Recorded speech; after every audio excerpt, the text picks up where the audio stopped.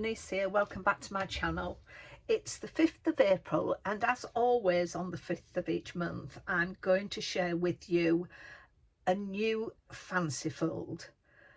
I take part in this challenge which is hosted by Monica aka Paper Mona, and there is 9 other ladies who do it. There's Monica herself, Katerina, Monica Crafting with Quilling Lady, there's Sabine, Jenny, Kerry, Robin, Kasia, and a new lady that's joined us this month, which is Shirley. I'll leave all the links to their channels in the description box below, and you can go and see what they make, because even though we have the same fold to make, everybody interprets it different. If you would like to craft along with us, you can share your makes to the Facebook page, which is the Fancy Fold Craft Challenge page. And if you put the hashtag FFCCHALLENGE2023, we can find your makes. So please go along and do that. It's lovely to see when other people join in as well. So this month's fold is a twist and fold card. And I'm going to be using this kit. It's a subscription kit which I get, and I have done an unboxing for this on my channel, so I will put that link in the description box below. So everything I've used, the elements and paper stamping, is from this kit. So let's get started. So this is all my bits and pieces. So let's just put this to one side. I'm going to make, well, I have made a 6x6 card. It's a 12-inch piece of card by 6 inches, and I've scored at 6. So that has given me my 6x6. And that is going to be my background paper, and that's 5 3/4 by 5 3/4. So we'll just get this stuck down, and this gives us my card base, and then we'll go on and build our twist and fold element for the card. I've taken inspiration from this from Sam Calcott of Made to Surprise and Mixed Up Crafts. So I'll leave a link also to the card that Sam made, and that will be in the description box below. So pop that card base to one side, and then I've got our paper for making my twist and fold element. Now this measures 8 inches by 8 inches, but you can use any size of card, 10 by 10, 12 by 12, 6 by 6, as long as it will divide by 4 equally, it will work. But I'm using an 8 by 8 piece of paper, and I think this goes down, if you do your 8 by 8, it eventually falls down to 4 by 4. So what we need to do is do some scoring. So I'll get my scoring platform out, and we need to score at 2 inches on all 4 sides. Now the paper I'm using for this, it's about 120, 140. You can use anything less than 220, because if you use any heavier paper, it won't fold so well. So that's my score lines at 2 inches all the way around on all 4 sides. And then we need to score at 4 inches on all 4 sides, but just down to this first score line. So we'll turn it around, so 4 inches down to the first score line, 4 inches down to the first score line, and then the last one 4 inches down to the first score line. So let's pop that away because I don't need that again, but I do need my stylus. So I hope you can see all my marks along there. So I've just realised I've got my wrong stylus. There it is. I need that one. So now we need to score from this line here, the end of it, down to here to make a diamond shape in the middle. So I've got my ruler and this has a metal edge. So I'm going to put my stylus on this just here where this mark is. Hope you can see that. We're going to score across to there. So I'll pop my stylus on, bring my ruler, my metal edge side, to it, and then move it to this side here. And you need to get these right so it will, we're going to score there, so we can get the folding right. So I hope you can see that I've scored along there. And then I need to do that again from this corner to that score line. And we rotate it around until we've done them all.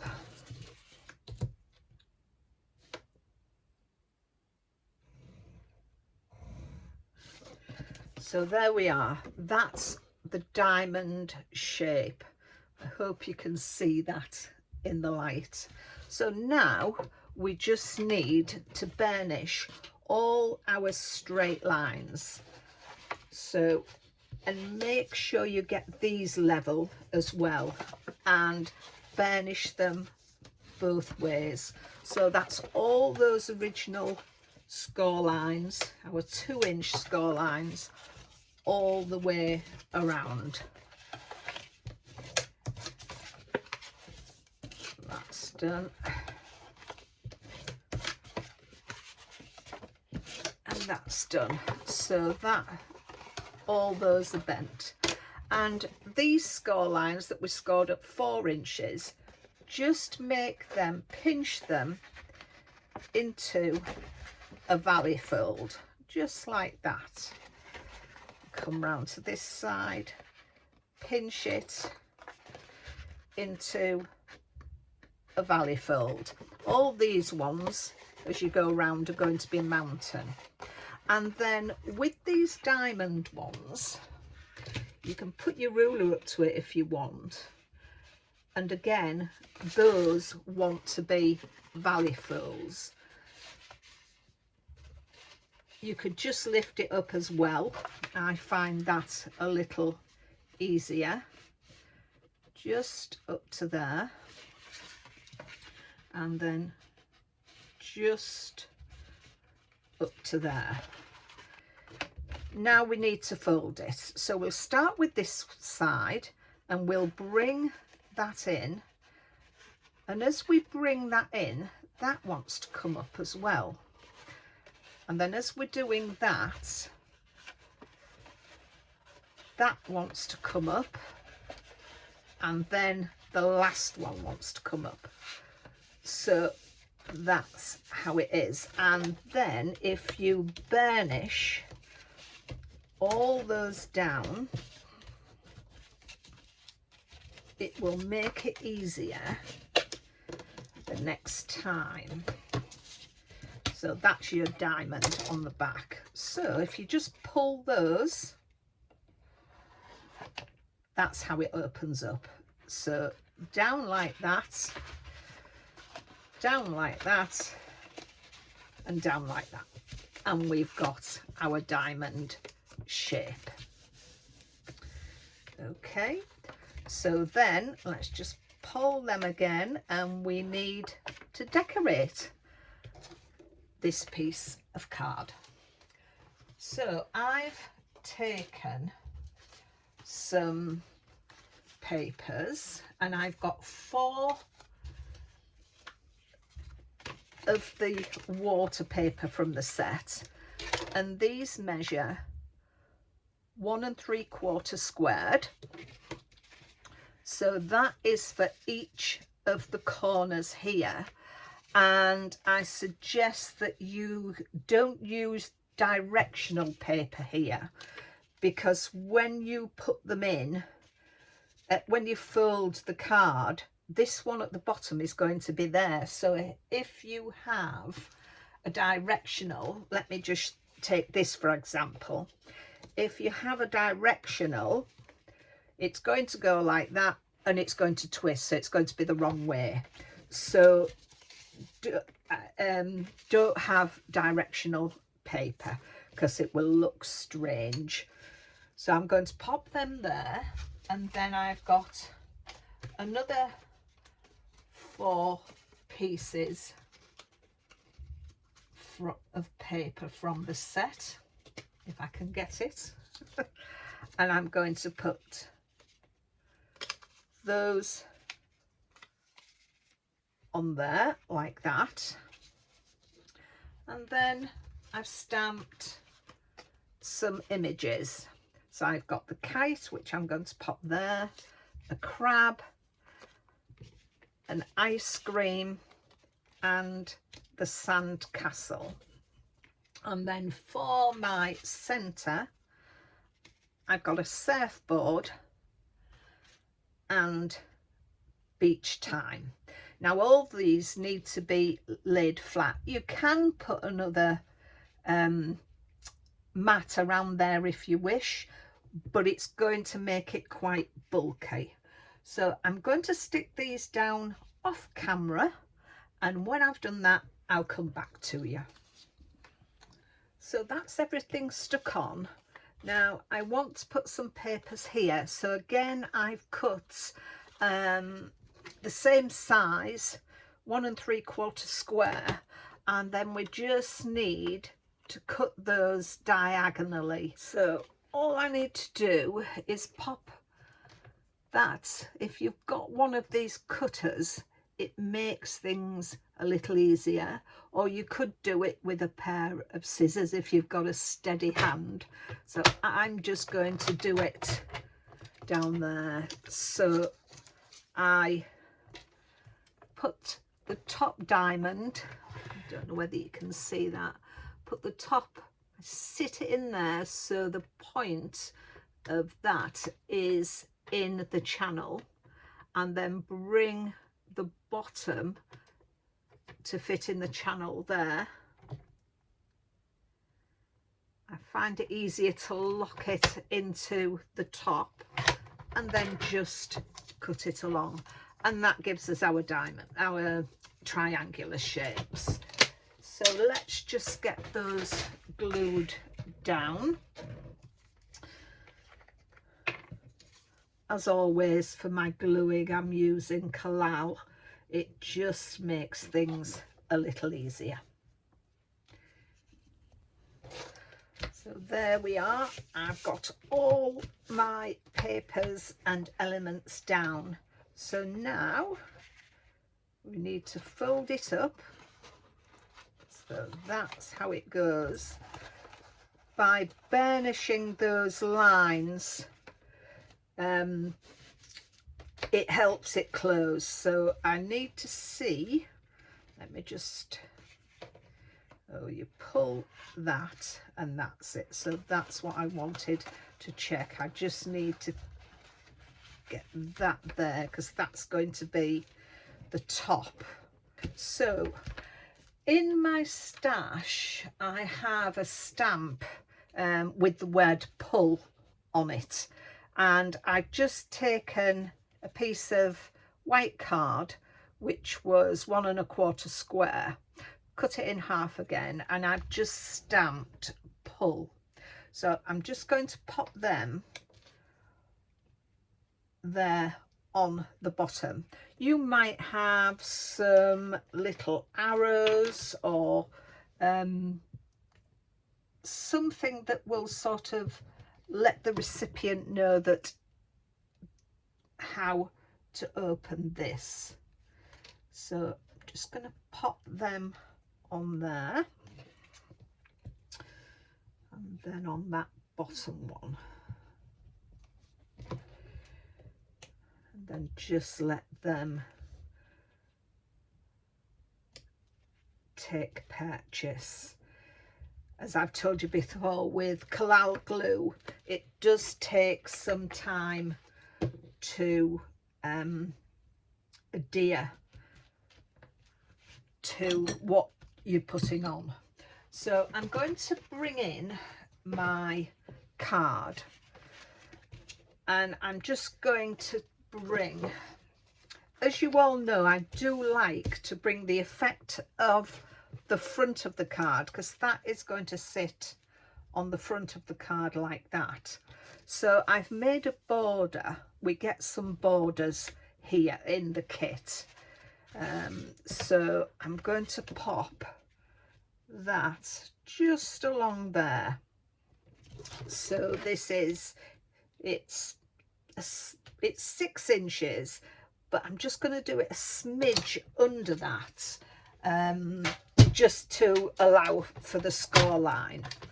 So let's just get that cut. That's that. And we'll have a little bit left over. And I'm just going to glue that into there, and that'll give us plenty of space for our sentiment. And it brings the front of the card to the inside, which is what I like to do. So there we are. That's that. So as I said, this is going to go onto the front of the card, but before I do that, I want to put a belly band around it like that. So because that's how it opens, we need to make sure that we're right in which way I need to glue. So the diamond shape, it's going to be like that. So your diamond point is pointing upwards, and my card is opening that way. So let's just sort out this belly band. So there we are. So that's going to go on there. So I need to just glue this bit here. Hope you can see it. So, and let me make sure I'm getting it the right way up again. No, it's that way. So always make sure it's going to open correctly. So it's that way that I want it. And we'll get that centered in there. That's that. Make sure we're level. And we can guide that down. That's it. And I've got a hook and loop to close that there. So let me just take the release papers off there. So let's pop that down and put the hook and loop on. That's that.